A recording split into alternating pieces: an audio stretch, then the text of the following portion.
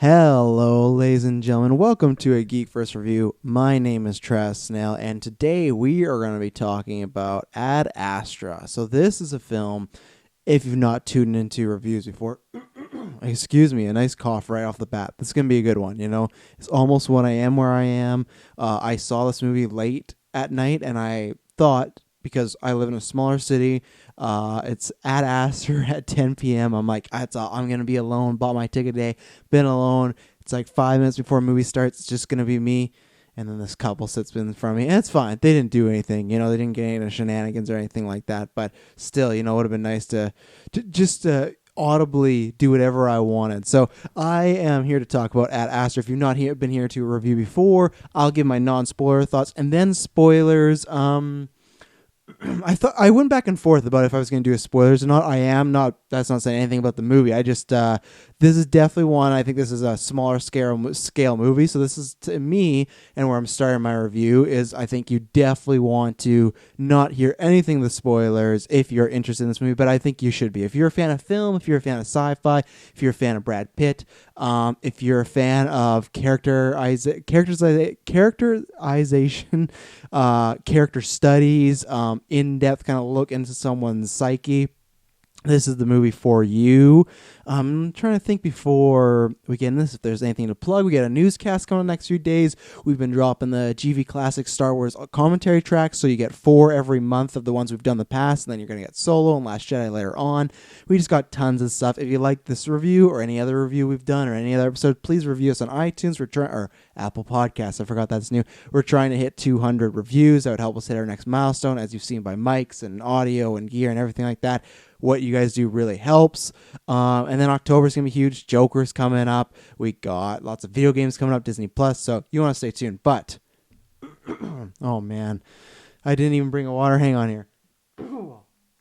I think it's gone. So, Ad Astra. So where this starts for me is, honestly, all I heard was there's a space movie, and the plot is Brad Pitt's trying to find his dad, and it's Brad Pitt. That's what got me into the theaters. But I did worry up until a few months ago, or even a few weeks ago. I think it was Venice where they screened it and getting all these great reviews. So that really helped. But for a while, I know it got delayed once, maybe got delayed twice.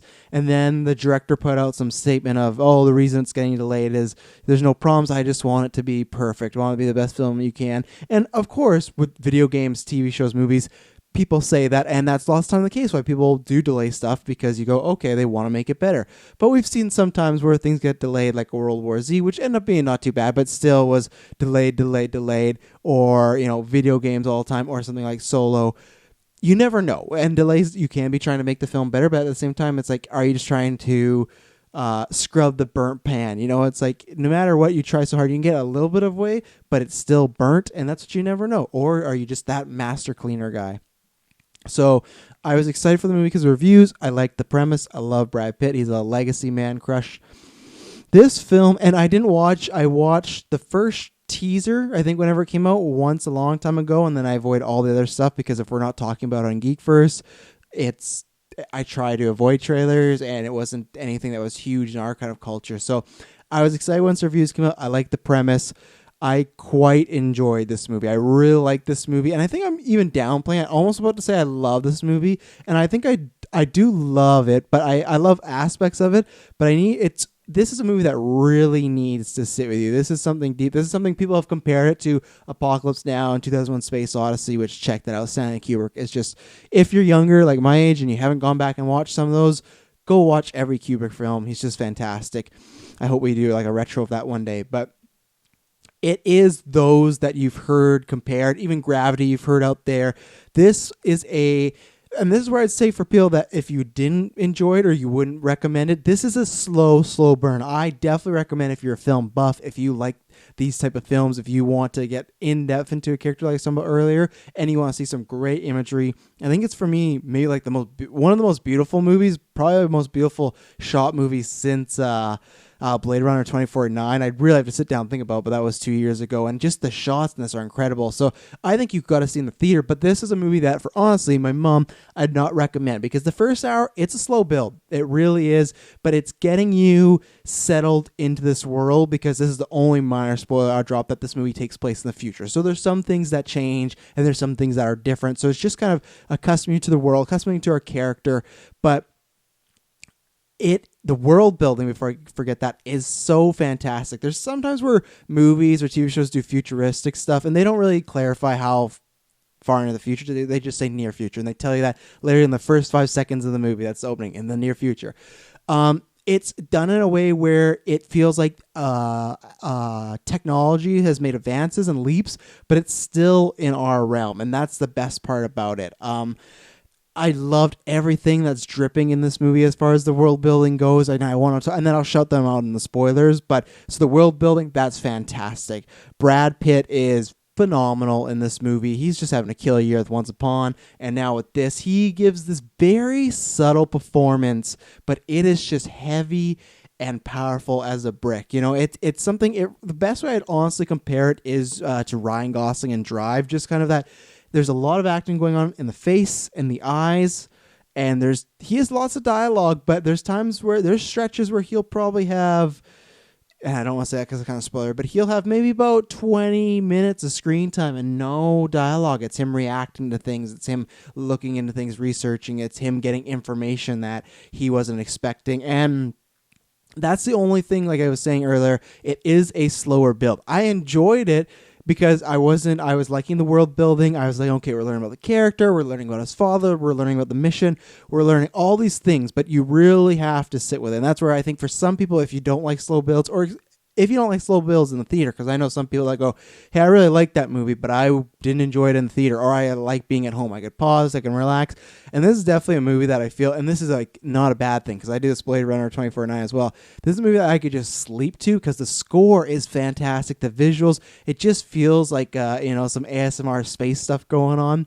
So that's the only people I wouldn't recommend it to. I'm sure there's other people, but that's the main one, because it is a slower build.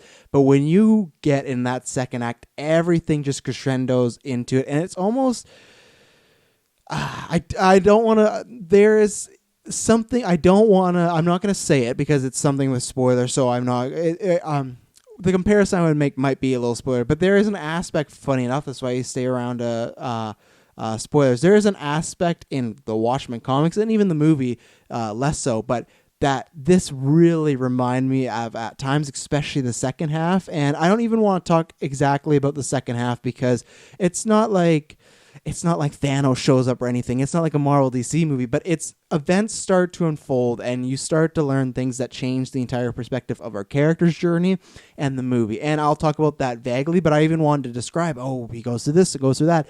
And you can't, because there's just certain things revealed that it really unfolds. And it's this weird kind of space mystery thriller that's going on in a way, and it doesn't move the same way like a thriller. It moves almost like a old noir, and he's not necessarily a detective. He is looking and investigating things, but it just moves at that pace where you're slowly peeling the apple back. You're slowly looking at it till you get to the core, and the core, not trying to spoil anything, but it's a very depressing or very sad or very dark core, but then at the end there is maybe some light at the tunnel. I don't know. I'm trying to be very vague here, but it's a fantastic movie. I think if you like those movies I referenced already, you enjoy it. I think if you like visuals, you enjoy it. If you enjoy a strong performance, it's just it's a really good character in-depth study, in my opinion. And I really enjoyed it. I'm trying to think if there's anything else I want to say non-spoiler. Everybody else is good in the movie, but, like Liv Tyler's in this, and Ruth Negga, and Tommy Lee Jones. Tommy Lee Jones especially is really damn good. But the rest of the people, it's not that they're bad or they're not great. It's just they are not on screen for that long. This is Brad's movie. You stay with him. There's not too many shots. Like, really, I'm trying to think of other maybe just space shots, but I think Brad is almost in every frame of this film, and anytime other characters are around, it's with him. So I'm trying to think if there's anything else, but no, it just feels that it is him. So this is a movie that I do recommend watching. It's I think, like I said, it could be a tough to get through a little bit of the beginning, but I think the payoff happens to really crescendo the rest of the film. Nice. I'm trying to think. I don't think there's anything else. I'm trying to think. Score is great. Visuals, Pitt. Go see the movie. That's all I want to say in the non-spoilers. I would, this is definitely my top 10 this year. I would say it's possibly top 5. I have to sit back and look at it, but I think it's top 10. Yeah, so I would recommend this movie heavily, especially if you're a big film buff, and if you kind of know what I like, go see this movie. So I'm going to get into spoilers. It's not going to be that long. It's not huge, like I said, Marvel DC breakdown, but this is what I'm begging you. Go see the movie. I'm going to do the 3, 2, 1 countdown. I'm going to give you a second here. So 3, 2, 1. We're into spoilers now. And I guess I should have said this even before spoilers, but I didn't even have much, not faith, but not much hype going into it even before, other than Pitt and the plot, because James Gray is not somebody that I've loved his work. I like We Own the Night, and I like some other things. I was trying to think of, there's one other film he's done. What is it? I'll look it up after, maybe before the review. But there's not many that I had really stuck with me. You know, he's a talented filmmaker, but so what I want to talk about in the spoilers, or non-spoilers in the spoilers, you get to see, and I was trying to phrase, I was going to try and phrase this in the non-spoilers, but already when I was kind of talking about the Apple Core and the ending, I was like, I'm nearing too much with spoilers. But this is a guy who we get set up that his life is revolved around his job, and it's because his dad, played by Tommy Lee Jones' life was very revolved around his job. He's sent on this big mission. I'm already forgetting the name, but it's something, it's not mystic, but there's some sort of chemical, there's some sort of project they're working on. Zemo, I don't know, not Baron Zemo, but some sort of project. He's been sent there. He's been gone 25 years, and they've just kind of assumed he's dead. But you get these recordings, all these things he left Brad Pitt at early age. He's sending him recordings when these missions, like, oh, we're doing this, and he heavily believed that there's aliens out there, and that was his whole mission, that he wants to find extraterrestrials, and he's dead set on it. And we learn about that way more. Like I said, you're in spoilers now, so either you don't care, which I think is a mistake, or you've seen it. Obviously, we learn later on he's like really dead set on finding aliens and other life out there. So you can see from Brad Pitt, at least what I took from it as a child, growing up with someone like this guy, and then his whole life being informed by one, he's getting video logs and all these history lessons and stuff about, man, this guy was doing something really important, and everybody's made him out to be a hero. So you kind of have this legacy hanging over you, and that's how I feel this guy is. One, he's trying to, there's multiple reasons why he's trying to do these missions. One, it's just he feels that's what he has to do because that's what his dad did. Two, he's maybe trying to live up to his dad's legacy. And three, it's just almost like wanting his love, and kind of if he does it just as well, if he invests himself just as well, he can get that love, even if he'll never meet his dad again, if his dad's looking down on him, because he believes his dad's dead at the beginning of the movie, that he'll feel that he gets some sort of validation from his father. And we kind of see that as the film goes along. And then when we jump to, because the beginning, like I said, it's I said that in non-spoilers, lots of learning the world, everything like that. And then we learn that his dad, like I said, I don't think I have much to say in the beginning, other than still great visuals, great score.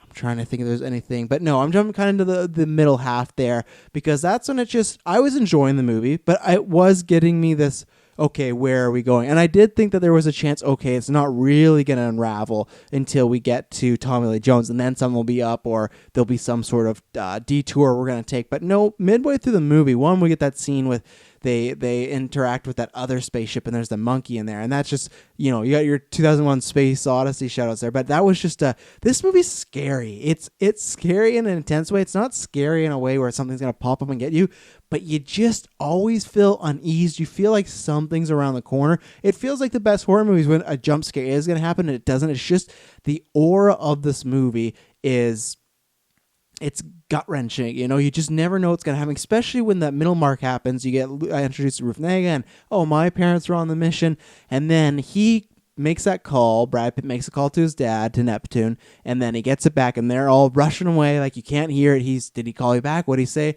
And then he gets brought in this room. He's failing his test. He gets brought in this room, and then Ruth Negga tells him about his dad really killed these people. Then he sees the actual logs, and some of those people were her parents. But then he gets the logs to see, oh man, like he's really losing. And it did feel like a space horror, but space thriller. I didn't want to say horror, but that's why I said space thriller, because you just slowly, like some of that Apple, it just goes back and back. It goes from, I'm going to say my dad, to, oh man, a lot of stuff's going on here. And then when he actually gets there, and getting there is like, this is what I wanted to compare it, non-spoilers.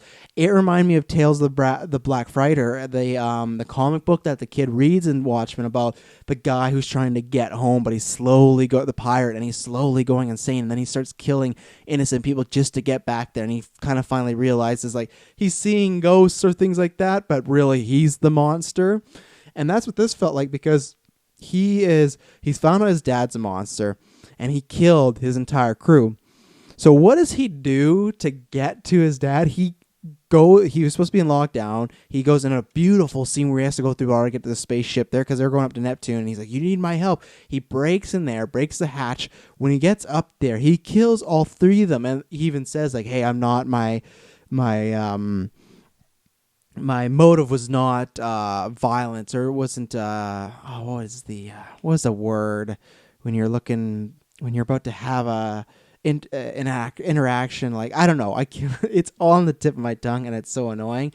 But he was not looking to be violent. He was not looking to get in anyone's way. He just wanted to help them with the mission, because one, it was his father, and two, he just kind of, I think 2 and 3 feels that he wants to bring him back and try and just save him. And 3 almost just, he needs to make him pay in a sense, because it's like he's his whole life thought his dad was a hero, and at least he went up there and died for a good cause. But really, he's not dead, and he's a piece of crap who is, one, losing it, but he murdered innocent people. But what does he do? Yeah, it's all, some of it's accidental, but he kills the entire crew. Not by like a mistake of like a crash or anything. That one girl, and granted, they were going to kill him, but still he's making that he says this, the line right before he goes to see his dad, like the sins of the father on the son. And that's what is happening in this movie. He's slowly becoming Tommy Lee Jones's character. And he kills the crew. That girl misses. She like breaks her neck and face. He literally stabs a person, and then the other person loses their air, and he tries to save them all. But still, at the end of the day, yeah, maybe Tommy Lee Jones, really, we get to some shots of how he killed those people. He like strangled them, but you can see that he has those genes in him, and it's just because it's kind of like, if he has to get his mission done, he'll do this. And that's the thing where you're like, yeah, the other two, fine, but he stabbed that person, and he still killed them. And that's where I have some questions at the end we'll get to.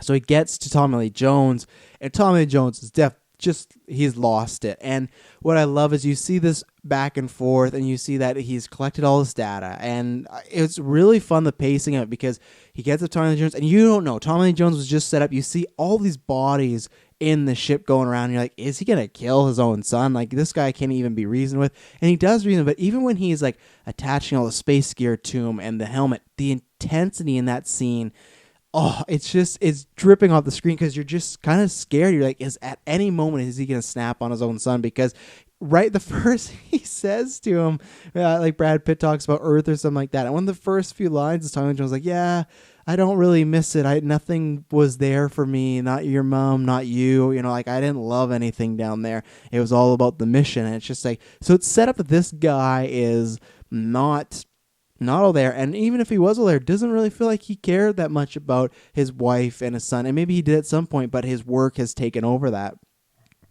But then you get to see that you go back and forth with those scenes, and then when his dad goes away, because he's like, oh, I'm going to take you back to Earth, he pushes him off, and that's a heartbreaking scene. Again, that's the Gravity vibes and there's many times they're happening, but that is just like, it's space, but it's claustrophobic at the same time, and it's just, those scenes are just, they feel so squeezed in. But then you really see the gravity of it, no pun intended, when Tommy Lee Jones is swinging and he's going where he's like, just let me go, son, let me go, because he's realized he has all this work. And then when they flash back to it after Tommy Lee Jones pushes off, all these planets they've went to, nothing, not a single person, not a single alien, not a single sign of life.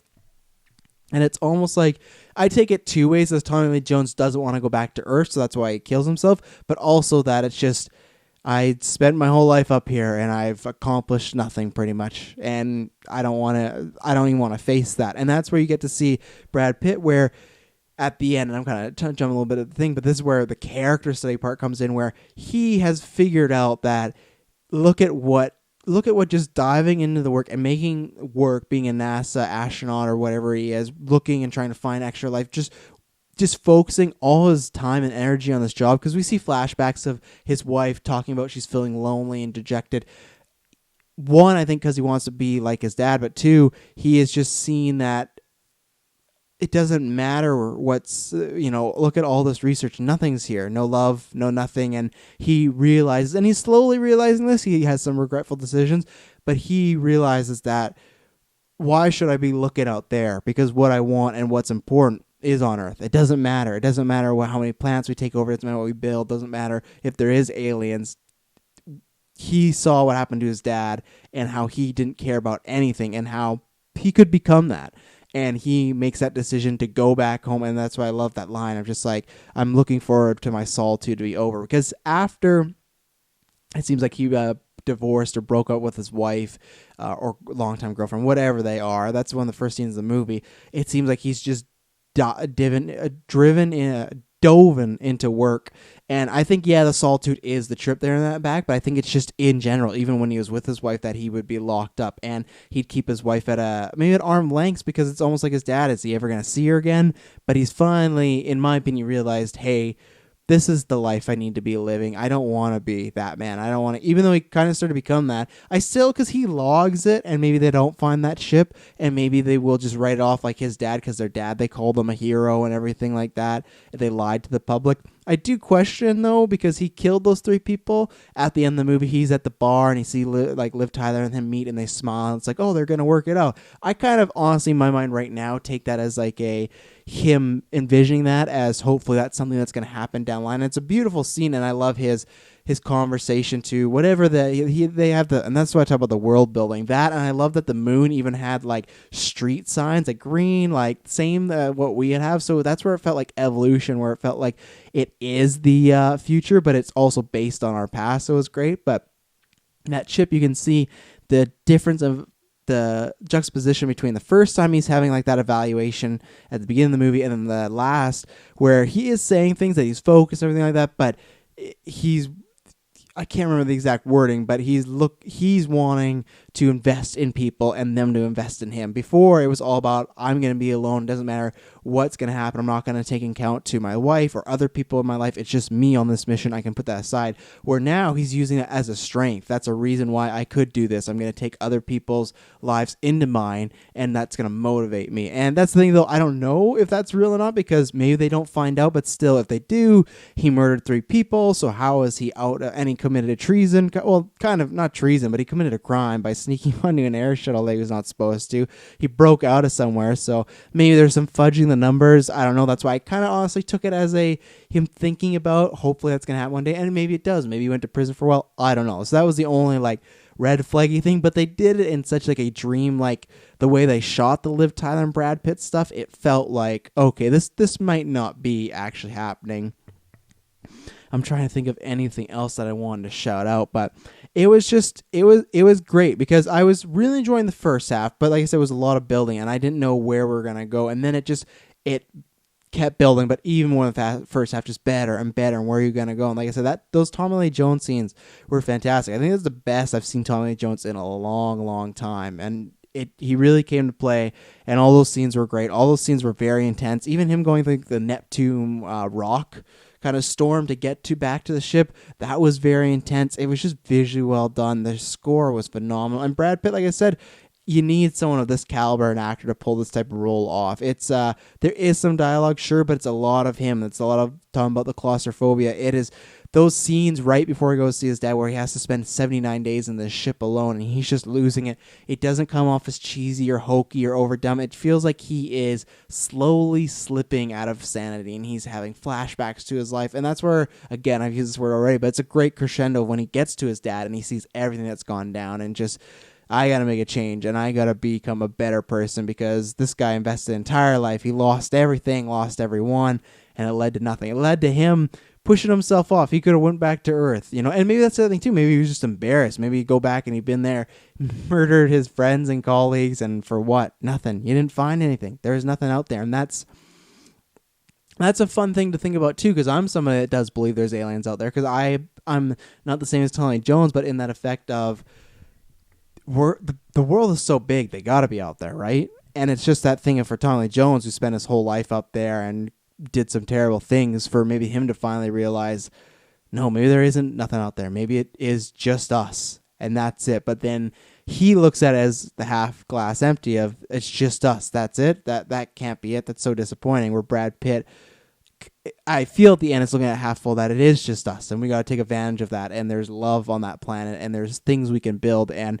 we got to stop looking out there. We got to look at what we have first. So really beautiful, like it's a kind of character study. It's very some subtle stuff going on. Maybe it's not, but I just felt that they near the end do some things, but throughout, you just the lines of, and I guess that I didn't mention the non-spoilers too, the narration was a good touch, because it felt very book-like as well. It felt like you were on this solo singular journey in someone's mind, and that's why I always think, like, I know some people don't think it could work, but I still want a very low budget Batman movie one day of, like the thought bubbles, like the, like describing what is happening, because I think this worked really well, because it also at times felt like he was an unreliable narrator, and to me it panned out at the end that he is a good person, but still, he, like I said, he still killed some people.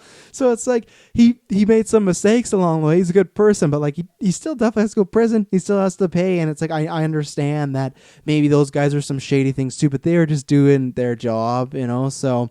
Yeah, solid performance by Pitt. It's a great. I don't know if I could say I love it as much as Once Upon a Time in Hollywood, because it's such a just fun, meaty, charismatic role. But this is just the flip other side, where it's just like, damn, this is so strong. This is one that I do want. Hopefully, Gold Geeks. I get the other geeks to watch it, but I'm trying to think if there's anything else. Donald Sutherland, I should have shown him on spoilers. He was great. I was disappointed how he was in it so minorly. And man, that scene.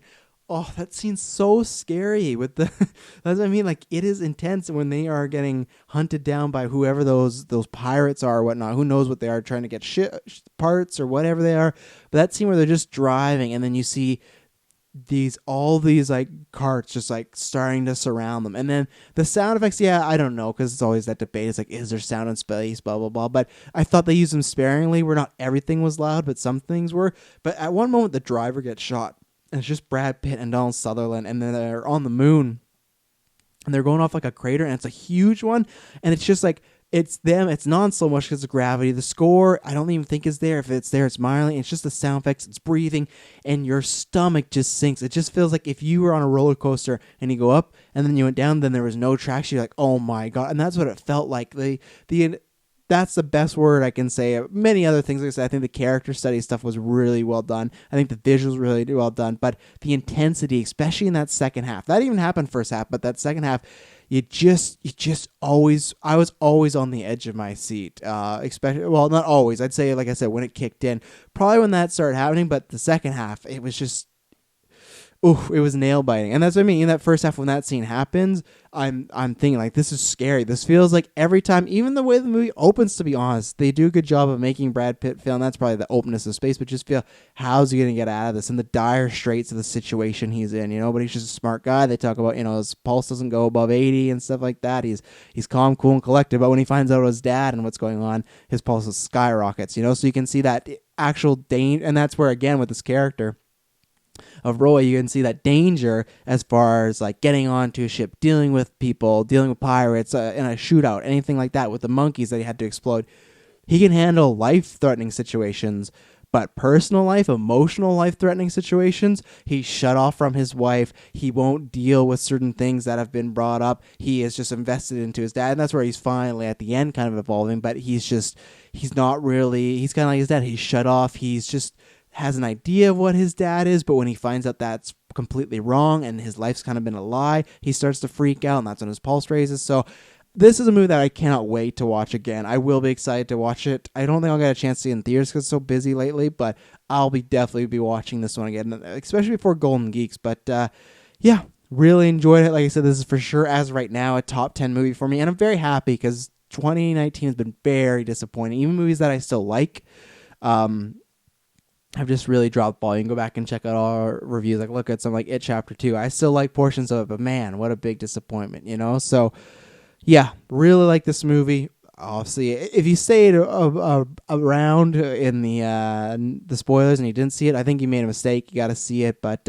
if you've seen it and you like this review, let me know. I'm sorry if I rambled on a little bit about there because honestly, I tried to. I was disappointed in the end of my spoilers, non-spoilers, because I wanted to get into his character stuff, but I just couldn't talk about how, you know, he's evolving and he's changing to be not his father, but that's why I just kept stressing it's a great character study, and that's what I love. I think it's a good story too. It's a simple story. It's something that, like, I still thought, yeah, there's a chance something's up with his dad. It's not, you know, he's been missing. It's a little shady. It's not like a huge twist. Things that happen throughout it are twisty, and I think the way they deliver them are very scary and realistic, and that's what makes them work. And it's all about you can take a twist in one movie and another movie, and in movie A, it could be the most obvious twist, but really work and flow the story, and movie B can be the most obvious twist, but just halt the story or not flow at all, or really just feel hamstrung in there or predictable. That all comes down to you just got to have a strong foundation, and that's what this movie had.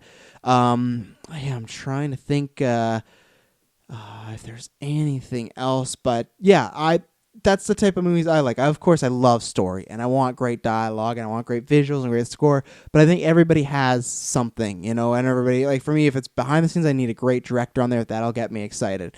But as far as the actual, once the movies go, I'm into characters, you know, I get that some people go, oh, I want the story first and then better characters.